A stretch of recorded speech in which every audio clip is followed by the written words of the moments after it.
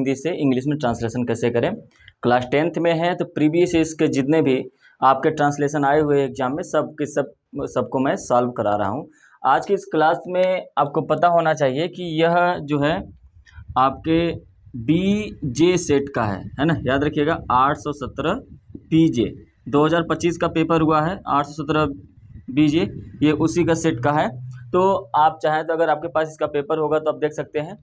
और वैसे भी इस क्लास में हम समझने वाले हैं किस तरीके से इस हिंदी में दिए गए ट्रांसलेशन को कैसे हल करते हैं।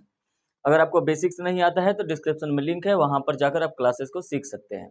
चलिए बिना देर करते हुए स्टार्ट करते हैं। सबसे पहले देखिए, समझिए, पहले लिखा हुआ है कि वर्षा ऋतु बहुत महत्वपूर्ण होती है। तो मैंने आपको बताया हुआ जब किसी के स्वभाव या स्टेट की बात हो तो होती है, लगती है, रहता है के लिए हम लोग EJMR का यूज करते हैं। तो यहाँ पे लिखा गया है वर्षा ऋतु। वर्षा ऋतु के लिए हम लोग क्या लिखेंगे? तो वर्षा ऋतु के लिए लिखेंगे रेनी सीजन। ठीक है, क्या लिखेंगे? Rainy season. ये हो गया वर्षा ऋतु। अच्छा, होती है के लिए हम लोग क्या लिखेंगे? होती है के लिए लिखेंगे इज, क्योंकि ये सिंगुलर है इसलिए हम लोग लिखेंगे इज। अब क्या है? बहुत महत्वपूर्ण। बहुत का मतलब हो जाएगा वेरी, और महत्वपूर्ण का हो जाएगा इम्पोर्टेंट।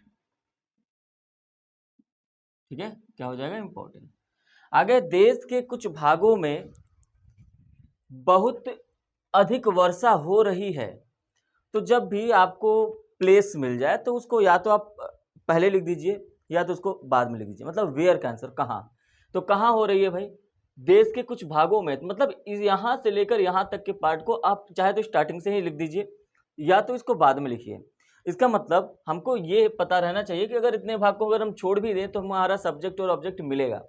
तो अगर हम यहाँ तक मई तक का छोड़ दें कि देश के कुछ भागों में क्या है? बहुत अधिक वर्षा हो रही है।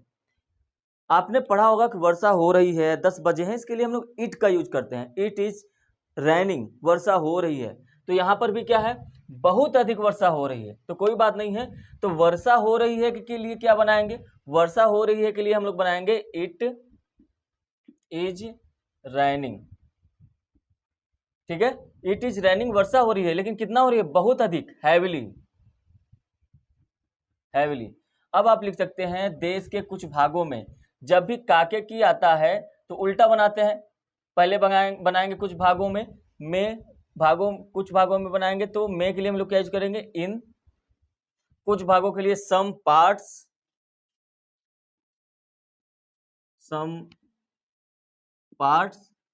काकी के लिए बनाएंगे ऑफ, और देश के लिए बनाएंगे the country.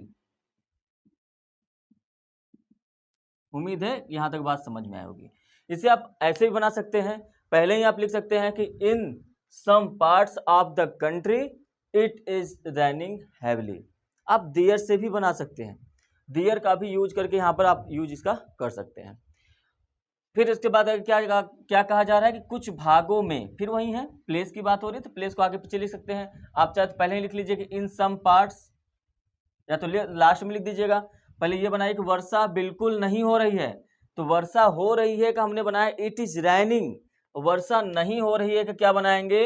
It is not raining. It is not raining, वर्षा नहीं हो रही है। ठीक है, बिल्कुल। बिल्कुल के लिए क्या लगाएंगे? At all. It is not raining at all, वर्षा बिल्कुल नहीं हो रही है। कहां नहीं हो रही है? कुछ भागों में, इन सम पार्ट्स। इन सम पार्ट्स। ठीक है, आप ऐसे भी कर सकते हैं, in some parts it is not raining at all. आप इस तरीके से भी बना सकते हैं। तो आप दोनों कंडीशन में चाहे जैसे बना सकते हैं। आप देयर का भी यूज कर सकते हैं। आप ऐसे भी लिख सकते हैं देयर इज नो रेनफॉल।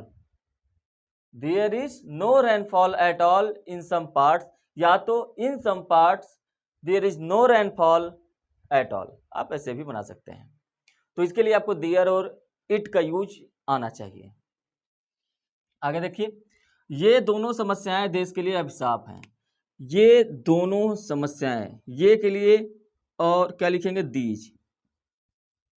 दोनों के लिए लिखेंगे बोथ। समस्याएं के लिए प्रॉब्लम्स, दीज बोथ प्रॉब्लम्स, ये दोनों समस्याएं अभिशाप है के लिए। अब प्रॉब्लम्स हैं, बहुत सारी समस्याएं हैं, तो आर का यूज करेंगे। अभिशाप के लिए कर्स यूज करेंगे। अभिशाप हो गया, है हो गया, बचा क्या, देश के लिए, के लिए यूज करेंगे फॉर, और देश के लिए कंट्री, द कंट्री। देखा कितना आसान है कि आप कैसे इंग्लिश से हिंदी में ट्रांसलेट कर लेंगे, आपका 4 नंबर सही हो जाएगा। तो इसके लिए आपको प्रैक्टिस चाहिए। डिस्क्रिप्शन में लिंक है, मैं 2024, 2023, इसके अलावा 2019 से लेकर मैं सभी जितने भी एग्जाम में आए हुए हैं ट्रांसलेशन हिंदी से इंग्लिश में, सभी की सभी मैं सॉल्व करा दे रहा हूँ। आप डिस्क्रिप्शन में लिंक है, एक एक ट्रांसलेशन को सीखिए, आपको समझ में आने लगेगा धीरे धीरे। और अगर आपको बेसिक से सीखना है, जीरो सीखना है, आपको ईजेएमआर का यूज भी नहीं आ रहा है, तो उसके लिए भी आपको डिस्क्रिप्शन में लिंक दिया गया है। आप ट्रांसलेशन की क्लास लीजिए, जहां पर हमने ईजेएमआर वॉच वर्ड से लेकर बेसिक से उठाया हुआ है, वहां से लेकर पीक तक, बिल्कुल ऊंचाई तक आपको मैंने पूरा ट्रांसलेशन सिखा दिया है। ठीक है, चलिए मिलेंगे नेक्स्ट क्लास में। Thank you, have a nice day.